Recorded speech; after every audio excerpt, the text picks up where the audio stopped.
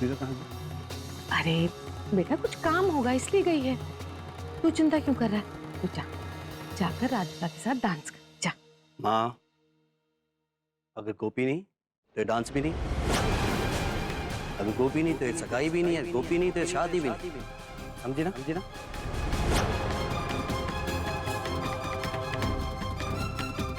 क्या मतलब? मतलब साफ साफ ये जो कुछ भी हो रहा है गोपिका को दिखाने के लिए हो। एक काम कर, जल्दी से जा गोपिका को लेके आ, वरना तू जग्गी को जानती है। तू क्यों फिक्र कर रहा है? मैंने कहा ना, तू जा और जाकर राधिका के साथ डांस कर। मैं अभी गोपी को लेकर आती हूँ।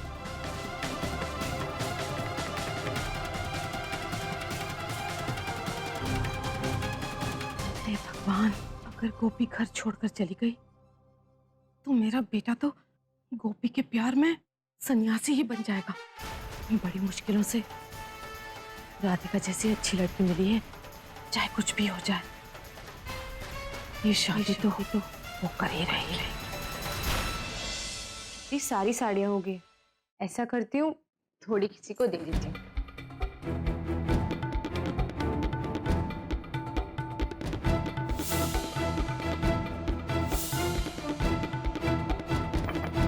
मीरा बेन, अंदर आऊं के? अरे चंदा, आओ ना, तुमने जूस पी लिया ना? हाँ हाँ, 2 गिलास गटका के आई हूँ। दरअसल मीरा बेन, कमरे में अकेले जी बहुत घबरा रहा था, तो सोचा आपके पास आऊं और आपका भेजा खाऊं। बिल्कुल, अगर अगली बार तुम्हें अकेलापन महसूस हुए ना तो सीधा मेरे पास चली आना, ओके? बाय द वे, तुम केसर वाला दूध पियोगी? नहीं नहीं, अभी नहीं, बाद में। ठीक। लेकिन केवा पड़ से मीरा बेन, आपके पास एक से बढ़कर एक सुपर साड़ियां हैं। चंदा, तुम्हारा दुपट्टा तो फटा हुआ है। दुपट्टा क्या मीरा बेन, मेरी तो किस्मत ही फटी हुई।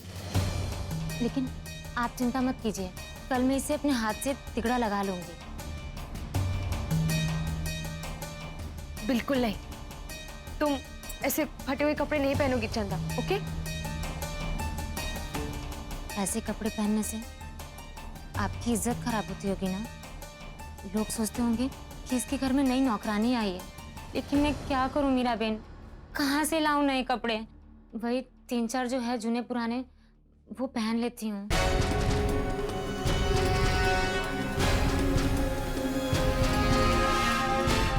कितनी मस्त साड़ियाँ हैं।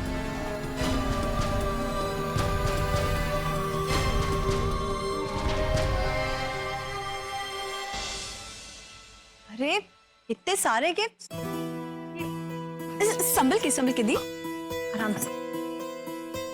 ये सब किसके लिए?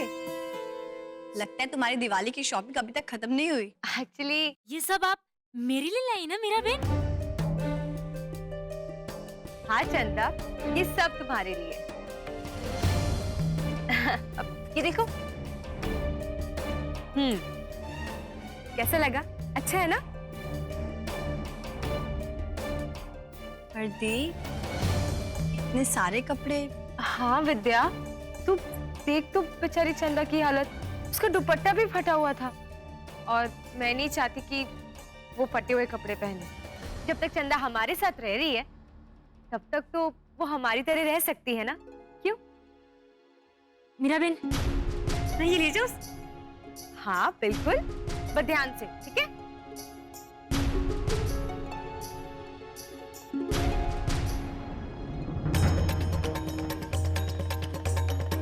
राम जी भाई, ये सारे गिफ्ट ना चंदा के रूम में भिजवा दीजिए, मैं भी वहीं जा रही हूँ। मैं आती हूँ।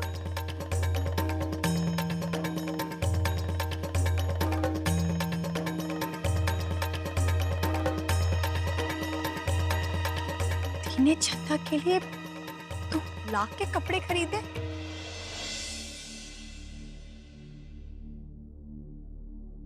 गोपी बेटा, यहाँ क्या कर रही है? क्या हुआ मासी जी? गोपी, तेरे आगे हाथ जोड़ती हूँ, ये घर छोड़कर मत जा गोपी।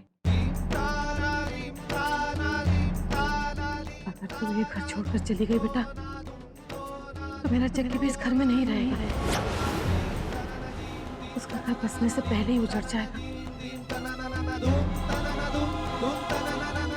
गोपी बेटा, एक बार मेरी जग्गी की शादी हो जाए, फिर तुम देखना, उसके सर से सारे भूत उतर जाएंगे। बस तू संभाल ले गोपी, नहीं तो मेरे बच्चे की जिंदगी बर्बाद हो जाएगी। तू यहाँ रहकर जग्गी का घर बसा देखना चाहती है या यहाँ से जाकर उसका घर उजड़ता देखना चाहती है?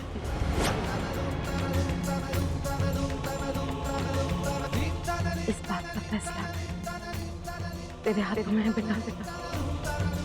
बचा ले मेरे बच्चे का घर।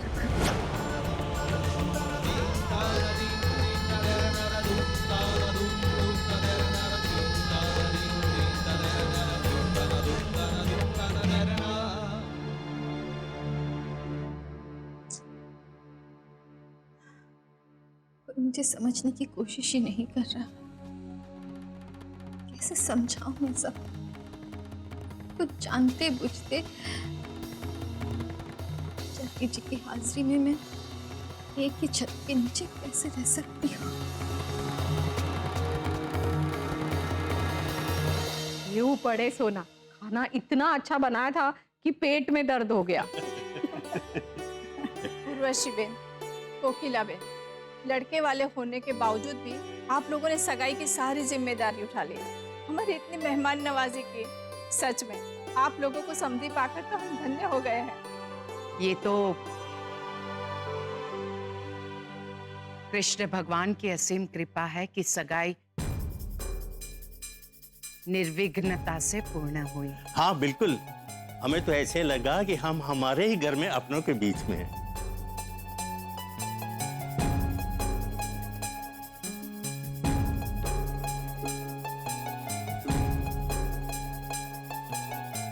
जग्गी जी, आप चाय पियेंगे? नहीं बेटा, जग्गी चाय नहीं पीता, लस्सी पीता है। हाँ, और वो भी मेरे हाथ की बनी हुई। केम जग्गी? अब लस्सी बनाना भी कौन सा रॉकेट साइंस है मासी। राधिका एक दिन में सीख जाएगी कि लस्सी कैसे बनाई जाती है। उर्वशी बेन, हम आज शाम की गाड़ी से मुंबई वापस जा रहे हैं। इनको थोड़ा अर्जेंट काम आ गया है, और वैसे भी ज्यादा देर बेटे के ससुराल में रुकना अच्छा भी तो नहीं लगता है ना। काश हम यहाँ कुछ दिन और रुक सकते। मुझे जग्गी जी को जानने पहचानने का वक्त मिल जाता। अरे बेटा, शादी के बाद तो तुझे हमेशा यहीं रहना ही है ना, और फिर समझने और बातें करने के लिए तो पूरी जिंदगी पड़ी हुई है। अब थोड़ा सा वक्त है, हमारे साथ बिता लो। हाँ माँ, मैं तो बस ये सोच रही थी कि यहाँ रुकती तो जग्गी जी और उनके परिवार के रीति रिवाज जान लेती। अगर तुम रुकना ही चाहती हो तो थोड़े दिन के लिए हमारे साथ रुक जाओ इस घर में। ये भी तो तुम्हारा ही घर है। गोपी बिल्कुल सही कह रही हैं। यदि तुम रुक जाओगी तो तुम्हें और जग्गी को एक दूसरे को समझने का थोड़ा और मौका मिल जाएगा, है ना गोपी? बिल्कुल माँ जी। हाँ, फिर हमें भी तो बहू को समझने में आसानी होगी। बहू हमसे खिदमत करवाती है या फिर खुद हमारी सेवा करती है। लो, हो गया कल्याण।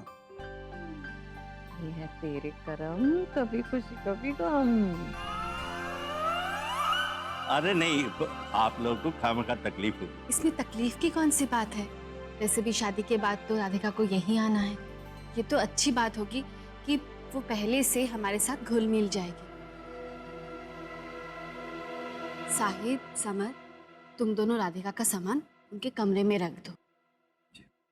और आप लोगों की ट्रेन है ना शाम को, मैं किसी को बोल के आप लोग को स्टेशन छुड़वा देती हूँ।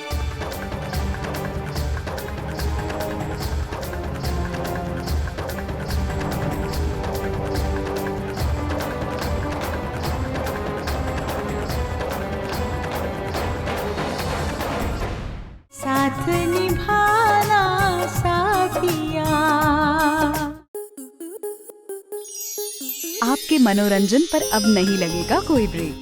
स्टार प्लस के बेहतरीन शोज देखने के लिए लाइक, शेयर और सब्सक्राइब करें स्टार प्लस यूट्यूब पेज को।